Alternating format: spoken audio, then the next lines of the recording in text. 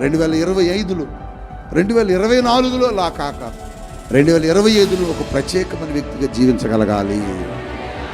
2024లో చేసిన మిస్టేక్స్, 2024లో జరిగిన పొరపాట్లు, 2024లో జరిగించినటువంటి ఆ భయంకరమైనటువంటి పొరపాట్లు మరలా నీ జీవితంలో కొత్త సంవత్సరంలో కనబడకూడదు.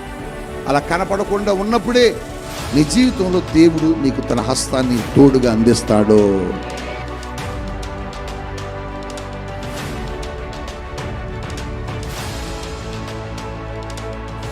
ఆయన మాట వింటే చాలండి. ఆయన మాట వింటే అద్భుతాలు జరుగుతాయి. ఆయన మాట వినకనే మన జీవితాల్లో అద్భుతాలు జరగడం లేదు. ఆయన మాటకు దూరంగా ఉండడాన్ని బట్టి మన జీవితాల్లో దేవుని గొప్ప గొప్ప కార్యాలు చూడలేకపోతుంది.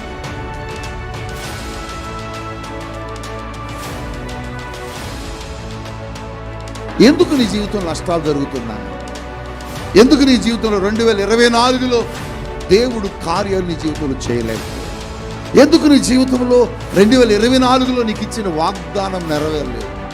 ఎందుకు నీ జీవితంలో 2024 ఇప్పటి వరకు కూడా నీ జీవితంలో మేలు పొందుకోలేకపోయావు, లేకపోతే స్వస్థత పొందుకోలేకపోయావు?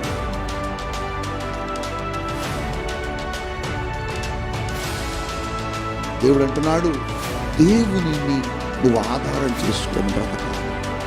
దేవునిని నువ్వెప్పుడు ఆధారం చేసుకుని నీ ప్రవర్తన అంతటి మీద ఆయనకి ఏం చేయాలంటే అధికారం ఇవ్వాలంట. దేవుని స్తోత్రం.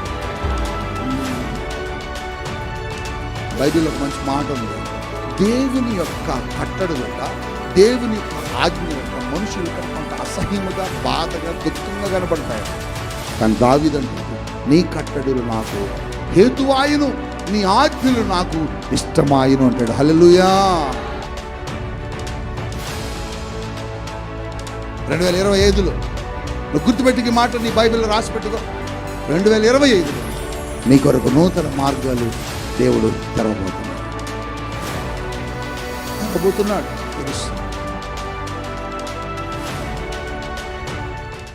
నూతన సంవత్సరములో మనం కాలు పెట్టబోతున్నాం. ఈ సంవత్సర కాలమంతయు నువ్వు పోరాటాల మధ్య నడిచి ఉండొచ్చు. ఈ సంవత్సర కాలమంతయు నువ్వు వాటిమిలో ఉండి ఉండొచ్చు. ఈ సంవత్సర కాలంలో అనేక స్థలాల్లో నువ్వు భయంకరమైనటువంటి అవమానాలు కలిగి ఉండొచ్చు. ఈ సంవత్సర కాలంలో అనేక స్థలాల్లో నీ మీద నీ శత్రువు మడిమెత్తి నిన్ను త్రొక్కివేసి ఉండొచ్చు. ఓడిపోయిన అనుభవాలు ఉన్నావేమో, కష్టములో ఉన్నావేమో, శ్రమలో ఉన్నావేమో, బాధలో ఉన్నావేమో, దుఃఖములో వచ్చావేమో. 2024 అంతా నాకు విషాదం మిగిల్చింది, 2024 అంతా నాకు దుఃఖాన్ని మిగిల్చాడు దేవుడు. 2024లో నేను అనేక స్థలాల్లో ఓడిపోయాను. ఏది ప్రయత్నించినా సక్సెస్ కాలేదు. ఏది ప్రయత్నాలు చేసినా నా జీవితంలో నేను గెలవలేకపోయాను, ఓడిపోయాను. నా ఆత్మీయ స్థితిలో పడిపోయాను, లేకపోతే నా వ్యాపారాల్లో పడిపోయాను, నా ఉద్యోగాల్లో కిందకి వెళ్ళిపోయాను, లేకపోతే నా సంఘములో నా పరిస్థితులు బాగా పాడైపోయాయి, లేకపోతే నా ఆత్మీయ జీవితమే నాశనకరమైన ఊబిలోకి వెళ్ళిపోయింది. అయితే ఎందుకు ఇలా జరిగింది, నా పరిస్థితులు ఏంటో, నా బ్రతుకింతేనే ఇలాగే ఉంటుందేమో అని అనుకుంటున్నావు. కానీ నీ జీవితంలో ఎందుకు అలా ఓడిపోయావు? ఎందుకు అలా వాటిని నువ్వు చూడాల్సి వచ్చింది? ఎందుకు నీతో దేవుడు అద్భుతాలు చేయలేకపోయాడు? ఎందుకు నీ జీవితంలో దేవుని యొక్క మహాకృప నీతో నడవలేకపోయింది? ఎందుకు నీ జీవితంలో దేవుని హస్తము రాకుండా ఆగిపోయింది? లేకపోతే నీ జీవితంలో అన్ని అవమానాలు పడటానికి కారణం ఏంటి? నీ జీవితంలో అంత నాశనకరమైన ఊబిలోకి కూరుకుపోవడానికి గల కారణం ఏంటని ఆలోచిస్తే దేవుడు నీతో మాట్లాడబోతున్నాడు. 2025లో 2024లో అలా కాక 2025లో ఒక ప్రత్యేకమైన వ్యక్తిగా జీవించగలగాలి. 2024లో చేసిన మిస్టేక్స్, 2024లో జరిగిన పొరపాట్లు, 2024లో జరిగించినటువంటి ఆ భయంకరమైనటువంటి పొరపాట్లు మరలా నీ జీవితంలో కొత్త సంవత్సరంలో కనబడకూడదు. అలా కనపడకుండా ఉన్నప్పుడే నీ జీవితంలో దేవుడు నీకు తన హస్తాన్ని తోడుగా అందిస్తాడు. హల్లెలూయా, హల్లెలూయా. 2024 దేవుడు ఎంత అద్భుతం చేశాడంటే నా జీవితంలో మర్చిపోలేని అద్భుతాలు చేశాడు. ఎందుకంటే ప్రభువా, ఈ పరిచర్య పట్ల సాతానుడు చాలా గలిబిలు చేస్తున్నాడు. వాడు ఎక్కడో ఉన్నాడు, ఏ స్థలంలో దాగి ఉన్నాడు మేము గమనించలేకపోతున్నాం.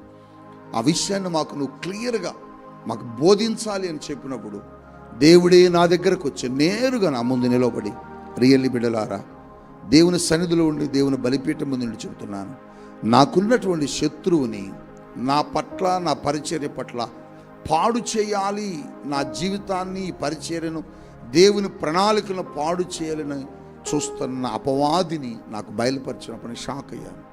నేను ఆశ్చర్యపోయాను. ఆ దినము నుంచి నేను సేవకురాలు, ఆ సంఖ్యలు తెగిపోవాలి ప్రభువా, ఆ బంధకాలు విడిపోవాలి ప్రభువా అని దేవుని సన్నిధిలో ప్రార్థన చేసినప్పుడు 2024లో దాని యందు మాకు దేవుడు విజయాన్ని ఇచ్చాడు. హల్లెలూయా చెప్పండి. హల్లెలూయా, హల్లెలూయా. ఎందుకు ఈ మాట చెబుతున్నానంటే, నీ జీవితంలో కూడా ఇలాంటి వాటిమిలో నడిచేవేమో, నీ జీవితంలో కూడా భయంకరమైన పరిస్థితులు నీ చుట్టూరు కమ్ముకున్నాయేమో. బిడ్డ, 2024లో కన్నీటితో నడిచావు, 2024లో దుఃఖముతో నడిచావు, 2024లో నీ స్నేహితులు, నీకున్నటువంటి వ్యక్తులు, నీ బంధువులు, నీ కుటుంబీకులు, నీ తోటి ఉన్న వారిని భయంకరంగా అవమానిస్తూ దూషిస్తూ నడిపించారు. కానీ 2025లో నువ్వు అలా ఉండటానికి వీల్లేదు. ఎందుకు నీ జీవితంలో 2024 అటువంటి పరిస్థితులు వచ్చాయి? ఎందుకు 2024లో నీ జీవితంలో నువ్వు అనుకున్నది చేయలేకపోయావు? 2024లో ఎందుకు నీ జీవితంలో నీ పట్ల వాగ్దానాలు దేవుడు నెరవేర్చలేదు? ఎందుకు దేవుడు నీ జీవితంలో 2024లో ఆయన జోక్యం చేసుకోలేకపోయాడు? ఈరోజు నీతో మాట్లాడుతున్నాడు. ఆయన ఎందుకు జోక్యం చేసుకోలేకపోయాడు చెప్తాడు. ఆయన నీ పట్ల కార్యాలు జరిగించాలంటే నువ్వు ఎలా ఉండాలో చెప్తాడు. ప్రభు చెప్పే మాట విని ఈ సంవత్సర కాలమంతా నీవు దేవుడు చెప్పినట్టు నడిస్తే, దేవుని మాట నువ్వు వింటే, దేవుని దగ్గరకు నువ్వు వస్తే, నీ జీవితాన్ని దేవుడు అంటున్నాడు, నేను గొప్ప చేస్తాను. బిగ్గరగా హల్లెలూయా చెబుదామా?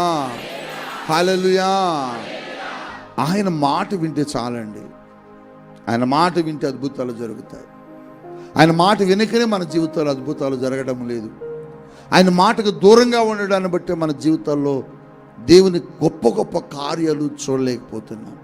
అందుకొరకే మరియా ఆ కానా వివాహ వేడుకలోకి వెళ్ళినప్పుడు, ఆ నీరు అయిపోయినప్పుడు, ఆ నీరు ద్రాక్షారసం అయిపోయినప్పుడు మరియ దగ్గరకు వచ్చి వాళ్ళందరూ చెప్పినప్పుడు మరియ యేసు ప్రభు వారి దగ్గరికి వెళ్ళి చెప్పింది. యేసు ప్రభు వారు నా సమయం ఇంకా రాలేదు అన్నారు. ఆ సమయం ఎప్పుడు వచ్చిందో నేను చెప్తాను పో అన్నారు. ఆ తర్వాత పరివారం దగ్గరికి వెళ్ళి మరియ చెబుతున్నది, ఆయన మీతో ఏం చెబుతాడో అది మీరు చేయండి అయ్యా అని. దేవుని స్తోత్రం చెబుదామా? ఆయన ఏం చెబుతాడో, ఆయన ఏం జరిగించమంటాడో, ఆయన ఎలా ఉండమంటాడో, ఆయన ఎలా జీవించమంటాడో, ఆయన ఎలా బ్రతకమంటాడో, ఆయన నోట్లో నుంచి ఏ మాట వస్తుందో ఆ మాట ప్రకారము నువ్వు నేను నడవడానికి ప్రయత్నం చేయాలి. అది జరిగించాలి, అది జరిగించాలి. కొన్నిసార్లు ఆయన చెప్పే విచిత్రంగా ఉంటాయి. ఆయన చెప్పే విచిత్రంగా మనకు కనపడతాయి. ఎలా కనపడతాయంటే, అక్కడ ద్రాక్షారసం అయిపోయింది, కానీ ఆయన ఏమంటున్నాడంటే నీళ్ళను పోయండి అందులో అంటున్నాడు. ప్రభువా, మాకు ద్రాక్షారసం కదా కావలసింది, నీవేంటి ఆ పాత్రలలో లేకపోతే ఆ బాణలలో నీళ్ళను పోయమంటున్నావు అని వాళ్ళు ప్రశ్నించకుండా యేసు ప్రభు ఏది చెప్పాడు, యేసు ప్రభు ఏది చేయమన్నారో ఆ ప్రజలు, అక్కడ ఉన్న పరివారు అది చేశారు. హల్లెలూయా. ఆయన చెప్పింది చేసినప్పుడు రాషాందరిహిల్ కూరుమాయి ఆయన చెప్పింది చేసినప్పుడు నీళ్ళు ఏమైపోయాయంటే ద్రాక్షారసం అయిపోయాయి. దైవజనుడుగా ఈ దినమున పరిశుద్ధాత్మతో మీతో చెబుతున్నాను, దేవుడు ఏది చెబుతాడో నువ్వు అది చెయ్యి. నువ్వు అది చెప్పినప్పుడు చెయ్యకుండా పాస్టర్ గారు అంతే చెప్తారులే, మమ్మీ అలాగే అంటారులే, డాడీ అలాగే చెప్తారులే, వాళ్ళకేం పోయింది, వాళ్ళు అలా చెప్పి వెళ్ళిపోతారు, మనం ఎలా చేస్తాం ఇది అనుకుంటాం. అందుకే నీ జీవితంలో కార్యాలు జరగటలా, అందుకే నీ జీవితంలో అద్భుతాలు జరగటలా. నీ జీవితంలో ఒక అద్భుతాన్ని ఆశించి నువ్వు మందిరానికి వచ్చావు. నువ్వు ఊరికినే వచ్చావని లేకపోతే ఏదో భక్తితో వచ్చావని నేను నమ్మను. ఏదో ఒక అద్భుతం కోసం, ఏదో ఒక ఆశ్చర్యమైన కార్యం కోసం, ఏదో ఒక అద్భుతం కోసమే దేవుని సన్నిధికి నువ్వు వచ్చావు. అయితే ఆ అద్భుతం నీ జీవితంలో జరగడం లేదు. ఎందుకు జరగడం లేదు? ఎందుకు నీ జీవితంలో నువ్వు పొందుకోలేకపోతున్నావు అంటే ఆయన చెప్పింది నువ్వు చేయలేకపోతున్నావు. ఒకసారి చేసి చూడు. ఆయన చెప్పింది నీకు చాలా కష్టంగా ఉంటుంది ఒక్కోసారి. ఆయన చెప్పింది నీకు చాలా ఇబ్బందిగా ఉంటుంది ఒక్కోసారి. ఆయన చెప్పింది నువ్వు చెయ్యలేనిది, ఒకవేళ నేను చెయ్యలేనేమో ఇది అన్నట్లుగా ఉంటుంది ఒక్కోసారి. కానీ ఆయన ఎప్పుడు కూడా నువ్వు చెయ్యలేనిది ఇప్పుడు చెప్పడు, నువ్వు చెయ్యగలిగేది చెబుతాడు. కానీ అది మనకు కొంచెం కష్టంగా ఉంటుంది, భారంగా ఉంటుంది. అందుకని ఆయన చెప్పినట్లు నువ్వు చేయాలి. ఆయన చెప్పినట్లుగా కాకుండా నువ్వు ఎలా చేసినా నీ జీవితంలో అద్భుతము జరగదు, జరగడానికి అవకాశమే లేదు. అందుకని అప్పుడప్పుడు ఆయన చెప్పేవి మనకు కొంచెం విచిత్రంగా ఉంటాయి. నీవు ఆశీర్వదించబడాలంటే 2025లో నువ్వు దీవించబడాలంటే ఇలా చెయ్యయ్యా అని దేవుడు చెబుతాడు. అలా దేవుడు చెప్పినప్పుడు అది కష్టమని అనుకోకుండా, దేవుడు చెప్పాడు కాబట్టి నేను దీన్ని చేస్తాను, దేవుడు చెప్పాడు కాబట్టి నేను ఇలా ఉంటాను, దేవుడు చెప్పాడు కాబట్టి నేను ఇలా బ్రతుకుతాను, దేవుడు చెప్పాడు కాబట్టి నేను ఇలాగనే ఉంటాను సంఘములో అని నువ్వు అనుకుంటే నీ జీవితంలో దేవుడు గొప్ప గొప్ప కార్యాలు జరిగిస్తాడు. హల్లెలూయా, హల్లెలూయా, హల్లెలూయా. ఎందుకు నీ జీవితంలో నష్టాలు జరుగుతున్నాయి? ఎందుకు నీ జీవితంలో 2024లో దేవుడు కార్యాలు నీ జీవితంలో చేయలేకపోయాడు? ఎందుకు నీ జీవితంలో 2024లో నీకు ఇచ్చిన వాగ్దానం నెరవేరలేదు? ఎందుకు నీ జీవితంలో 2024 ఇప్పటి వరకు కూడా నీ జీవితంలో మేలు పొందుకోలేకపోయావు, లేకపోతే స్వస్థత పొందుకోలేకపోయావు? పరిశుద్ధాత్మ దేవుడు నీతో మాట్లాడుతున్నాడు. కొంచెంసేపు జాగ్రత్తగా ఆ మాటలు విందాం. సామెతల గ్రంథకర్త రాస్తున్న మాటలు జాగ్రత్తగా వినండి. సామెతల గ్రంథము 3వ అధ్యాయము 5వ వచనము నుండి 6వ వచనం వరకు చదువుకుందాం. సామెతల గ్రంథకర్త రాస్తున్నటువంటి మాటలు 3వ అధ్యాయము 5, 6 వచనాలు చదువుకుందాం. నీ స్వబుద్ధిని ఆధారము చేసుకొనక. చూడండి, దేనిని ఆధారం చేసుకోవద్దు అంటున్నాడు దేవుడు అంటే స్వబుద్ధిని, అంటే సొంత ఆలోచనను, సొంత ఉద్దేశములను, సొంత నిర్ణయములను. నీకు ఏది ఆలోచన వస్తే అలా ఆలోచన చేయొద్దు. లేకపోతే నీకు కలిగి ఉన్న దాని మీద నువ్వు ఆధారపడొద్దు. నువ్వెప్పుడూ కూడా నీవు కలిగి ఉన్న దాని మీద ఆధారపడొద్దు. నీకు ఉద్యోగం ఉందనుకో, నాకేంటి ఉద్యోగం ఉంది కదా ఇంకా నాకు భయం ఏంటి అనొద్దు. నీకు వ్యాపారం ఉందనుకో, నాకేంటి నాకు గొప్ప వ్యాపారం ఉంది కదా ఇంకా నాకేంటి అని అనొద్దు. లేకపోతే నీకు మంచి పొలాలు ఉన్నాయనుకో, నాకేంటి అంత భూమి ఉన్నది కదా అని అనుకోవద్దు. లేకపోతే నీకు చాలా ధనం ఉన్నదనుకో, అంత ధనము నాకు ఉన్నది కదా ఇంకా నాకేంటి అని నువ్వు అనుకోవద్దు. నువ్వు దాన్ని కాదు నువ్వు ఆధారం చేసుకోవాల్సి. అది ఒక రోజు ఉంటుంది, మరొక రోజుకి పోతుంది. ఎంతమంది ధనవంతులు భిక్షగాళ్ళు కాలేదు, ఎంతమంది భిక్షగాళ్ళు ధనవంతులు కాలేదు. అవి శాశ్వతం కాదు. మన జీవితంలో శాశ్వతమైనది ఏదైనా ఉందంటే అది దేవుని కృపే. హల్లెలూయా, హల్లెలూయా.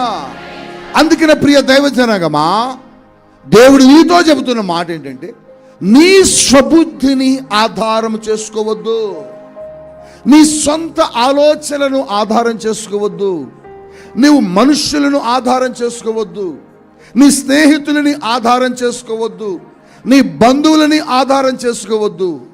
ఇప్పటి వరకు నీకెందుకు నష్టం కలిగిందంటే నీ స్వబుద్ధిని నువ్వు ఆధారం చేసుకున్నావు. నీ స్వచిత్తమును నెరవేర్చడం కొరకు పరుగులెత్తావు, నీ సొంత ఆలోచనలతో నడిచావు, నీ సొంత జ్ఞానముతో నడిచావు, నీ స్నేహితుల మీద ఆధారపడ్డావు, నీ బంధువుల మీద ఆధారపడ్డావు, నీ కుటుంబీకుల మీద ఆధారపడ్డావు, లేకపోతే నీ చుట్టూరు ఉన్న మనుష్యుల మీద నువ్వు ఆధారపడుతూ నడిచావు. మా జీవితంలో కూడా చాలాసార్లు దేవుడు మాతో మాట్లాడక మునుపు, మా జీవితంలో దేవుని కార్యాలు జరగక మునుపు ప్రతిదానికి మనుషుల మీద మేము కూడా ఆధారపడ్డాం. ప్రతిదానికి మనుషుల వైపు మేము కూడా చూసాం. ప్రతిదానికి మనుషుల దగ్గరకు మేము కూడా వెళ్ళి చేయి చాచాం. అలా చాచిన ప్రతిసారి మా జీవితంలో ఏ కార్యము జరగలేదు. స్నేహితులు నమ్మితే స్నేహితులు మోసం చేశారు, ప్రక్కనున్న వారు నమ్మితే ప్రక్కనున్న వారు మోసం చేశారు, ఆత్మీయులు కదా అని నమ్మితే ఆత్మీయులు మోసం చేసి వెళ్ళిపోయారు. ఇంత పరిచయం నడపడం మాకు కష్టం అనిపించింది. ఇంత పోరాటాల మధ్య మేము ఓడిపోతామేమో అనిపించింది. ఇన్ని కష్టాల మధ్య మా జీవితంలో ఇక మేము అనుకున్నది సాధించలేమేమో అని భయమేసేది. కానీ అటువంటి సమయంలో దేవుడు చెప్పాడు, నీ స్వబుద్ధి మీద నువ్వు ఆధారపడద్దు. నీకున్న బలం మీదను, నీకున్న జ్ఞానం మీదను, నీకున్న స్నేహితుల మీదను, నీకున్న బంధువుల మీదను, లేకపోతే నీకున్నటువంటి ప్రక్కన ఉన్నటువంటి వ్యక్తుల మీద నువ్వు ఆధారపడితే నువ్వేది సాధించలేవు. ఎందుకంటే వారు కొద్ది రోజులు ఉంటారు, కొద్ది రోజులు ఉండరు. నీ దగ్గర కొద్ది రోజులు డబ్బు ఉంటుంది, కొద్ది రోజులు డబ్బు ఉండదు. నీ దగ్గర ఉన్న ఉద్యోగం కొద్ది సంవత్సరాల తర్వాత ఉండదు. నువ్వు కలిగి ఉన్న భూములు కొన్ని రోజులు ఉంటాయి, కొన్ని రోజులు ఉండవు. కానీ శాశ్వతమైనటువంటి వ్యక్తి ఎవరంటే, శాశ్వతమైనది ఏదంటే అది కేవలము దేవుని కృప మాత్రమే. అందుకోసమే స్వబుద్ధి మీద ఆధారం చేసుకున్నావు. అందుకని 2024లో నీ జీవితంలో సక్సెస్ నువ్వు చూడలేకపోయావు. 2024లో నీ ఓటమికి కారణం అదే.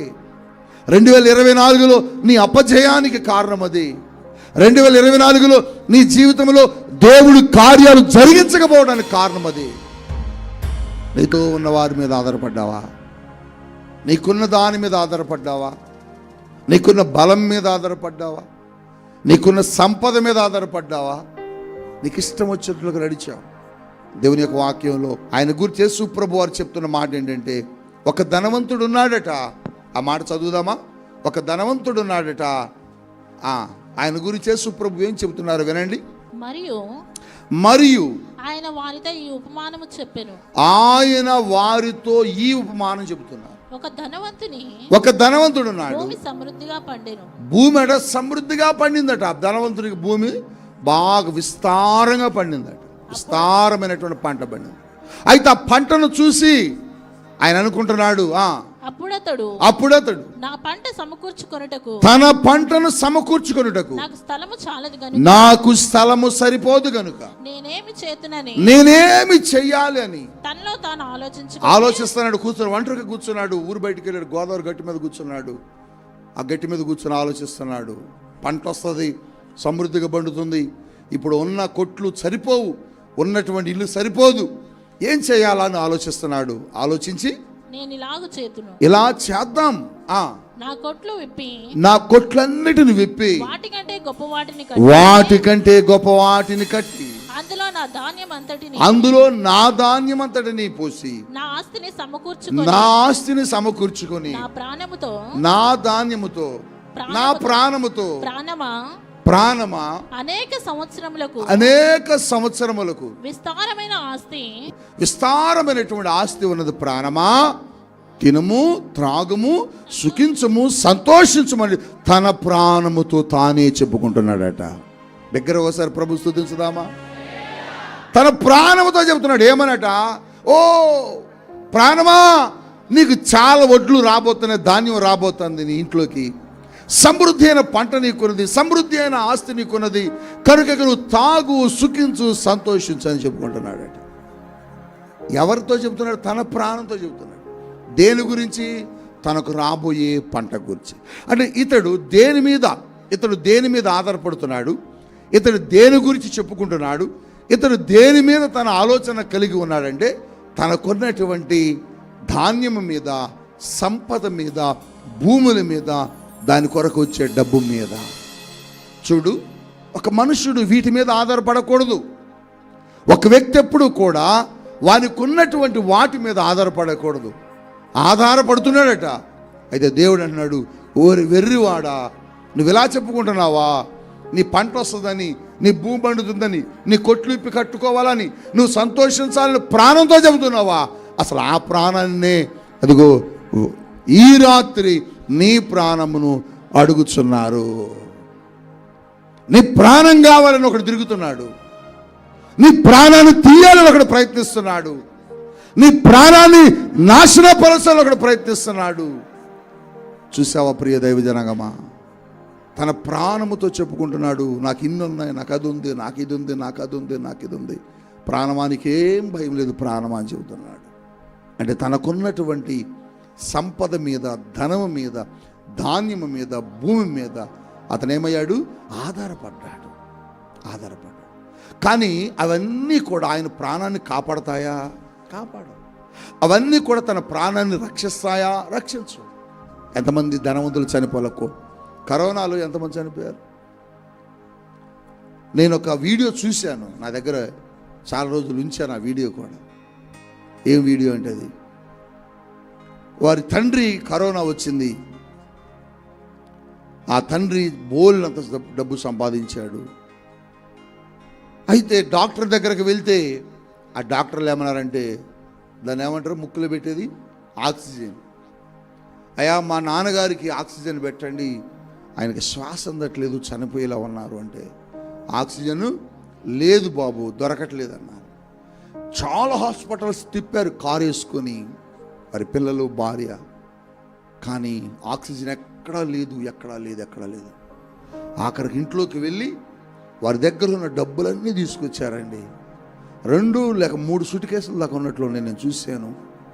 3 సూట్ కేసులు నిండా డబ్బు తీసుకొచ్చి డాక్టర్ గారి దగ్గర పెట్టి, అయ్యా ఒక్కసారి మా నాన్నగారిని బ్రతికించండి, ఇదిగో మీకు ఎంత డబ్బు కావాలని అంత ఇస్తా అంటే వాళ్ళు అన్నారు, అయ్యా మీరు ఎంత డబ్బు ఇచ్చిన ఇప్పుడు ఆక్సిజన్ దొరకటం లేదు, దయచేసి మీరేమనుకోవద్దు, తీసుకుని వెళ్ళిపోండి అని చెప్పారు.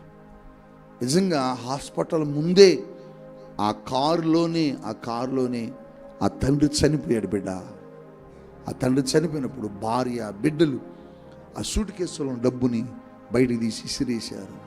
ఏమన్నారు తెలుసా, మా తండ్రి డబ్బు సంపాదించడానికి కష్టపడ్డాడు, మాకు కోట్లు ఆస్తి ఉన్నది, ఎకరాలు భూములు ఉన్నాయి మా ఊరిలో, మేముంటున్న ఇల్లు చాలా ఖరీదైనది, మేము వాడే కార్లు చాలా ఖరీదైనవి, కానీ ఇంత డబ్బు తెచ్చినా కూడా నా తండ్రి ప్రాణమును మేము కాపాడలేకపోయాం, ఇంత డబ్బు పోసినా మా వల్ల కాదని చెప్పారు డాక్టర్లు.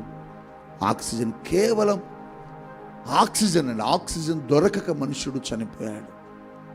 ఈ మాట ఎందుకు నేను చెబుతున్నానంటే, నీ స్వబుద్ధి మీద ఆధారం అంటే నీకున్న దాని మీద నువ్వు ఆధారపరచుకోక, నువ్వు కలిగి ఉన్న నీ బలం మీద, నువ్వు కలిగి ఉన్న చదువు మీద, నువ్వు కలిగి ఉన్న జ్ఞానం మీద, నువ్వు కలిగి ఉన్న సంపద మీద, లేకపోతే నువ్వు కలిగి ఉన్న బంధువుల మీద నువ్వు ఆధారపడక, దేవుడు అంటున్నాడు, దేవునిని నువ్వు ఆధారం చేసుకొని బ్రతకాలి. దేవునిని నువ్వెప్పుడు ఆధారం చేసుకొని నీ ప్రవర్తన అంతటి మీద ఆయనకి ఏం చేయాలంటేనట, అధికారం ఇవ్వాలట. దేవుని స్తోత్రం. నీ ప్రవర్తన మీద, నీ పనుల మీద, నీ ఉద్యోగం మీద, నీ జీవితం మీద, నీకున్నటువంటి సమస్తము మీద నువ్వు ఎవరికి అధికారం ఇవ్వాలి? యేసయ్యకి అధికారం. ఎందుకంటే ఏది ఇచ్చినా నీకు ఆయన నుంచి వచ్చింది. నువ్వు ఈరోజు పొందుకున్న ఆరోగ్యం కావచ్చు, నువ్వు కట్టుకున్న బట్ట కావచ్చు, నువ్వు ఉంటున్న గృహం కావచ్చు, నువ్వు తిరుగుతున్న కారు కావచ్చు, నువ్వు కలిగి ఉన్నది ఏది కూడా ఆయన లేకుండా నీకు రానే రాదు. నీ బలం మీద, నీ జ్ఞానం మీద నేనే సంపాదించుకున్నాను అని ఎవరనంటే చెయ్యొద్దండి, ఎవరు లేరు, కేవలం ఎవరి కృప. అందుకని 2024లో నీకున్న వాటి మీద నువ్వు ఆధారపడుతూ వచ్చావు. 2024లో నీ స్వబుద్ధి మీద, నీకున్న వాటి మీద నువ్వు ఆధారపడుతూ నడిచావు. నీ ప్రవర్తన మీద నీకు దేవునికి నువ్వు అధికారం ఇవ్వలేకపోయావు, నీ ఆలోచన మీద దేవునికి నువ్వు అధికారం ఇవ్వలేకపోయావు, నీ పనులలో నువ్వు దేవునికి అధికారం ఇవ్వలేకపోయావు, నీ పరిచర్యలో నువ్వు దేవునికి అధికారం ఇవ్వలేకపోయావు. అంటే అర్థమేంటి తెలుసా? నీ ప్రవర్తన ఎంతంతటి మీద దేవునికి అధికారం ఇవ్వటం అంటే దాని అర్థం ఏంటంటే, ప్రభువా నేను పలానా చోటుకి వెళ్దామనుకుంటున్నాను, వెళ్ళొచ్చా వెళ్ళకూడదా? పలానా వ్యక్తితో నేను మాట్లాడదామనుకుంటున్నాను, మాట్లాడొచ్చా మాట్లాడకూడదా? హల్లెలూయా, హల్లెలూయా. ఎప్పుడైనా అడిగావా దేవుణ్ణి? ఎప్పుడైనా దేవుని సన్నిధిలో మోకరించి నువ్వు అడిగావా? అడగాలి. పాస్టర్ గారు ఏంటి ఆయనతో మాట్లాడొద్దన్నారు, పాస్టర్ గారు ఏంటి ఆమెతో మాట్లాడొద్దన్నారు.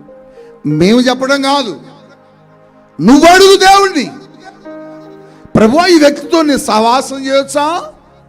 చెయ్యొచ్చంటే చెయ్యి, చెయ్యొద్దంటే చెయ్యకూడదు.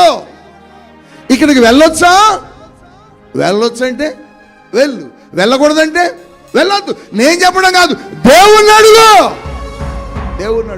నువ్వు మోకరించి నీ ప్రార్థన గదిలో, నువ్వు మోకరించి నీ ప్రార్థన స్థలంలో, నువ్వు మోకరించి నువ్వు కూర్చున్న స్థలంలో, ప్రభువా నేను ఇలా చేద్దాం అనుకుంటున్నాను, చెయ్యొచ్చా చేయొద్దా? నేను ఇలా ఇలా ఇలా బ్రతుకుదాం అనుకుంటున్నాను, ఇలా ఉండొచ్చా ఉండకూడదా అని నువ్వు అడిగితే దేవుడే నీకు చెబుతాడు.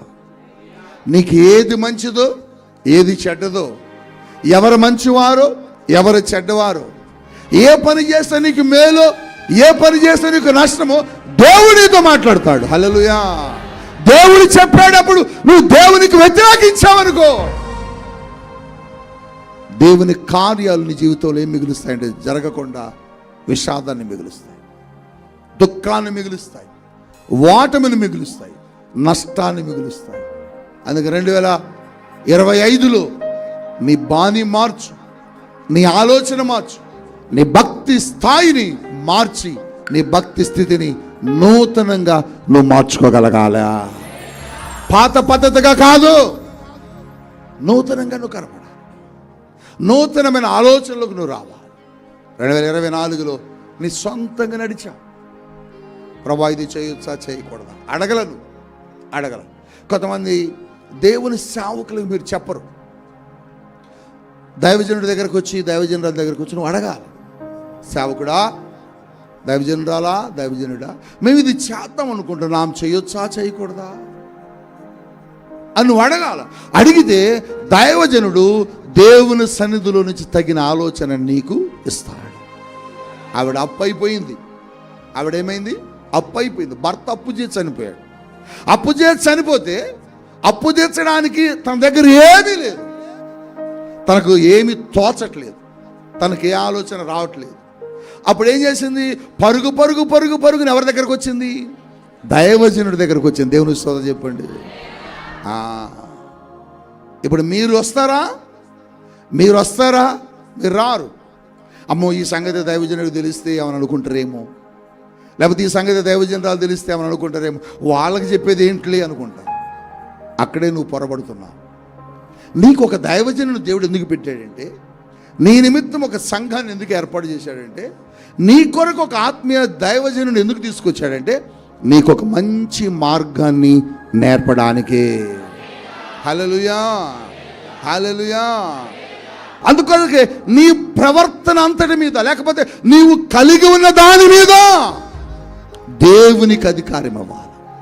పౌలు అంటాడు, నా మట్టుకైతే బ్రతుకుట క్రీస్తే, చావైతే. అసలు జీవించువాడని ఎవరు జీవిస్తున్నారు? మరి జీవించువాడు నేను కాదురా బాబు అంటున్నాడు. మరి ఎవరు జీవిస్తున్నారు? ఆయనలో చెప్పట్లేదు. మీరు ఎవరు జీవిస్తున్నారు? ఆయనలో యేసు జీవిస్తున్నాడు. యేసు ఆయనలో జీవించినప్పుడు ఆయన ఆలోచన నడుస్తుందా, యేసు ఆలోచన నడుస్తుందా? గట్టిగా చెప్పండి. అందుకొరకే పౌలు అన్నాడు, నేను క్రీస్తు ఖైదీనైపోయాను అంటాడు. ఎవరైపోయాడట? ఏమైపోయాడట? మీకు తెలుసా ఖైదీ అంటే? ఇప్పుడు జైలుకి వెళ్ళారా మీరు? వెళ్ళలేదుగా. వెళ్ళొద్దు. వెళ్తే భయంకరంగా ఉంటుంది. అమ్మో వెళ్ళొద్దు. జైలు అనుభవిస్తున్నటువంటి ఖైదీలకు ఎలా ఉంటుందంటే, ఉదయం 6 గంటలకు 5 గంటలకల్లా వారు లేపుతారు. 5 గంటలకు వాళ్ళని గ్రౌండ్కి పంపిస్తారు. ఆ గ్రౌండ్లో అంతా క్లీన్ చేయాలా. 6 గంటలకల్లా వాళ్ళు రెడీ అయిపోవాలి. 6 గంటల తర్వాత వాళ్ళకి బ్రేక్ఫాస్ట్ పెడతారు. బ్రేక్ఫాస్ట్ తిన్న తర్వాత 9 గంటల వరకు వాళ్ళు ధ్యానంలో ఉండాలి. ఆ తర్వాత 9 గంటల నుంచి వాళ్ళని పనికి పంపిస్తారు. చెట్లు బాగు చేయటం, లేకపోతే రకరకాల పనులకు పంపిస్తారు. ఆ తర్వాత మధ్యాహ్నం వాళ్ళకి 1 గంటకు ఒక కప్పు రైస్ పెడతారు. అంతే, ఒక కప్పు రైసే పెడతారు. ఎక్కువ బెటరు. ఒక కప్పు రైస్ పెడతారు. మరలా వాళ్ళకి లోనికి పంపిస్తారు. మరలా సాయంత్రం 5ంటికి వదులుతారు. ఇట్లా టైమింగ్స్ ఉంటాయి జైలు జీవితాల్లో, గడిపిన వాళ్ళకి తెలుస్తుంది. అయితే ఆ సమయంలో జైల్లో ఉన్నటువంటి ఖైదీకి మా యావని చూడాలనిపిస్తుందండి, మా పిల్లల్ని చూడాలనిపిస్తుందండి, ఒకసారి మేము ఇంటికి వస్తాము అని అడుగుతారు. అడిగితే ఖైదీలను ఇంటికి పంపిస్తారా? పంపించరు. వాళ్ళు ఏం చెబుతారంటే, అబ్బాయి కుదరదు, నెలలో ఒక వారం ఉంటుంది, ఆ వారంలో నీకు ఒక ½ అన్ అవర్ టైం ఇస్తాం, ఆ టైంలో మాత్రమే నీ భార్యను కానీ నీ పిల్లల్ని కానీ కలవాలి అంటారు. వాళ్ళు తీసుకొస్తారు జైలు దగ్గరికి. ఆ నెలలో ఒకరోజు ఊసలు అవకడ ఆ పిల్లలు ఉంటారు, భార్య ఉంటుంది. ఊసలు అవకడ జైలు లోపల ఇల్లు ఉంటారు. లోపలికి వాళ్ళు రావడానికి వీల్లేదు. మాట్లాడాలనుకున్నది ఏదైనా ఉంటే 5 నిమిషాల్లో 10 నిమిషాల్లో మాట్లాడతారు. వాళ్ళు విజిల్ చేస్తూ ఉంటారు. సైరను కువ్వను కేకేస్తూ ఉంటారు. వేసినప్పుడు భార్య ఏడుస్తూ ఉంటుంది, పిల్లలు ఏడుస్తూ ఉంటారు, తల్లిదండ్రులు ఏడుస్తూ ఉంటారు. చూస్తుంటే సర్లే మీరు వెళ్ళండి అంటే వాళ్ళు వెళ్ళరు. కొద్దిసేపు మాట్లాడతా అంటుంటారు. ఆ ఖైదీలను పోలీసు వాళ్ళు అంటారు, ఈ టైము ఎక్కువ ఇచ్చాము, కుదరదుగా, నువ్వు మాట్లాడటానికి టైం లేదు, వచ్చేయి లోపలికి వచ్చేయి అంటారు. వారు వచ్చేటప్పుడు వారు చెక్ చేస్తారు, చేతుల్ని, కాళ్ళను, బట్టలను మొత్తాన్ని చెక్ చేస్తారు. ఎందుకు ఈ మాటలు మీకు జ్ఞాపకం చేస్తానంటే, నాకు భార్య దగ్గరికి వెళ్ళాలనిపిస్తుందండి అన్నప్పుడు పంపరు, బిడ్డలను చూడాలనిపిస్తుంది అన్నప్పుడు పంపరు, నాకు ఆ భోజనం తినాలనిపిస్తుంది అన్నప్పుడు అది మనకు అందించరు. వారు ఏది పెడతారో, వారు ఏది ఇస్తారో, వారు ఎలా చెబుతారో అలాగనే ఖైదీ జీవించాలి, ఖైదీ బ్రతకాలి.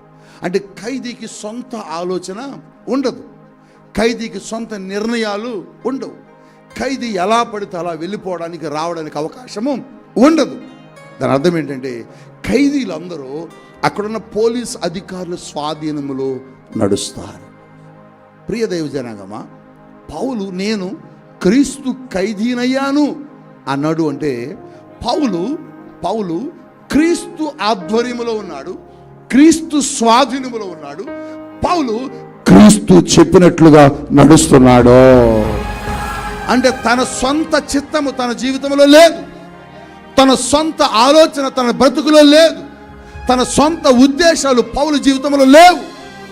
పౌలుకి ఎన్నో ఆలోచనలు ఉండొచ్చు, పౌలుకి ఎన్నో కోరికలు ఉండొచ్చు, పౌలుకి ఎన్నో తలాంపులు ఉండొచ్చు.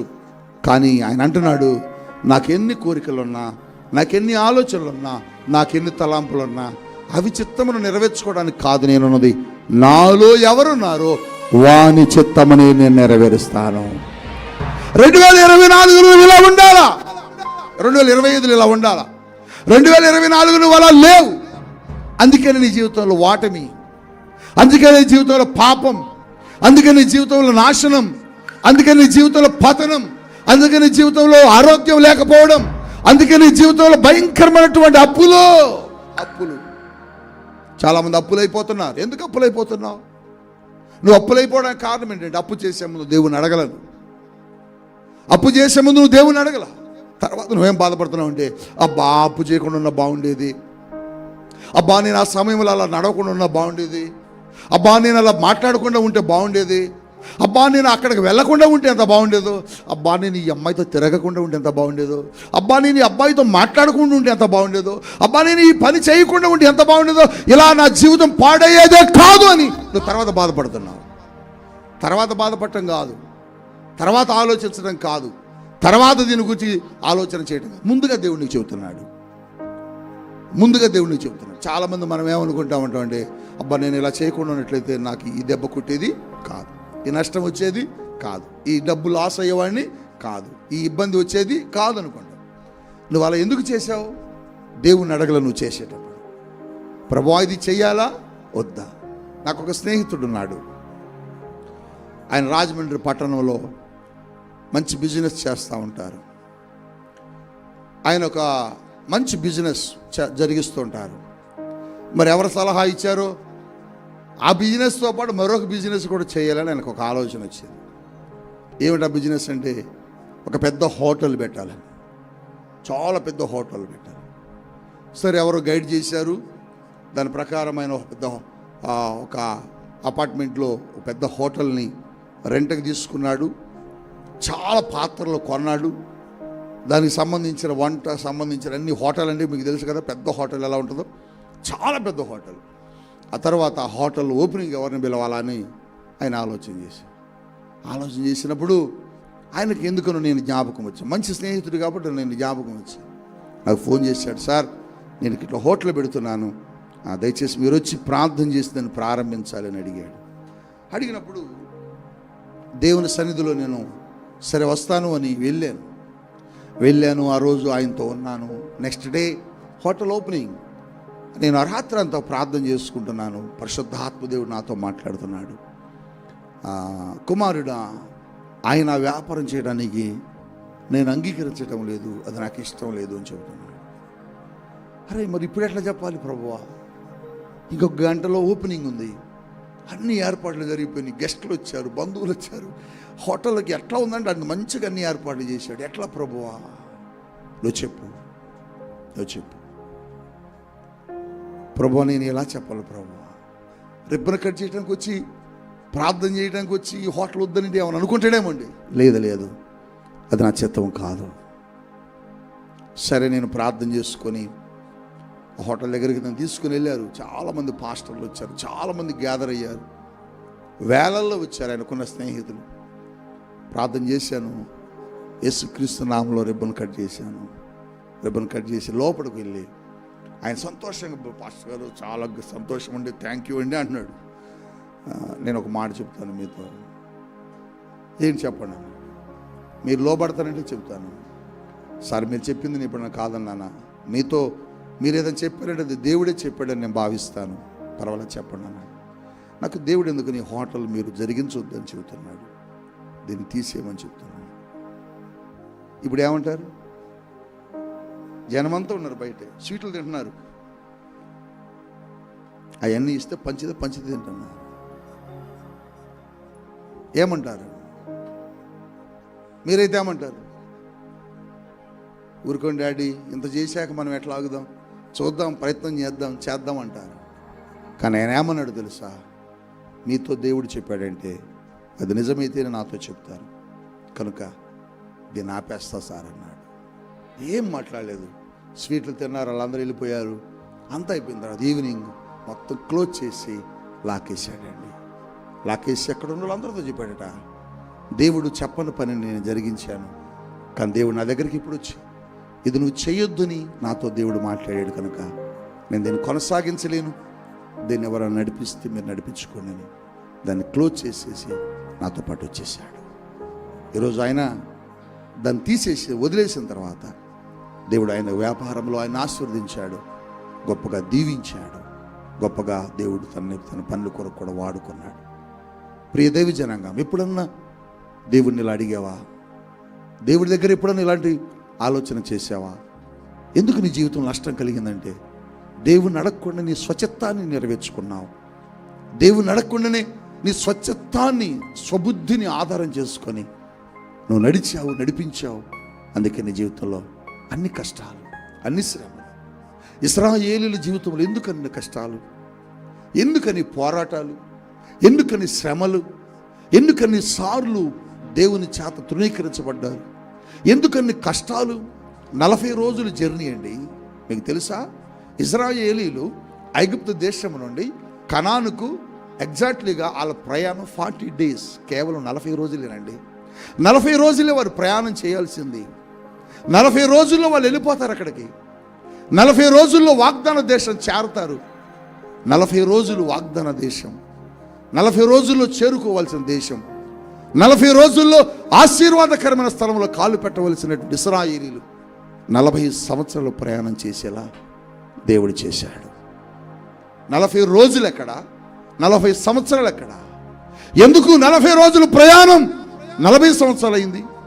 ఎందుకు 40 రోజులు ప్రయాణం 40 సంవత్సరాల వరకు నడవలసి వచ్చిందంటే వారి సొంత ఆలోచనలు, వారి సొంత ఉద్దేశాలు, వారి స్వబుద్ధిని ఆధారం చేసుకుని నడిచారు. వారి స్వచిత్తాన్ని నెరవేర్చుకోవడానికి పరుగులెత్తారు. వారికి ఏది అనిపించిందో అది చేశారు. వారికి ఏమనిపించింది?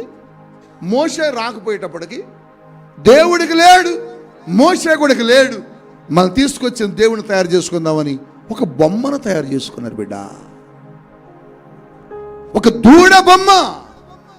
దూడ బొమ్మను తయారు చేసుకుని ఆ బొమ్మకు దేవుడు నువ్వే అని ఆ బొమ్మకు సాగిలపడి చుట్టూరు తిరిగి భజన చేస్తున్నారట. దేవుడు చూశాడు, ఏవా మోషే, వాళ్ళు దుంపదేగ చూడవా ఏం చేస్తున్నారు, వాళ్ళు చూడు ఏం చేస్తున్నాడు, దుర్మార్గులారా వచ్చి కిందకు వచ్చి అడుగుతాడు, ఇదేం పనిరా అంటే, ఓ నువ్వు లేవు అని దేవుడు కూడా లేడు అనుకున్నావు. దేవుడు లేడు అనుకున్నారు. మరి తీసుకొచ్చింది ఎవర్రా?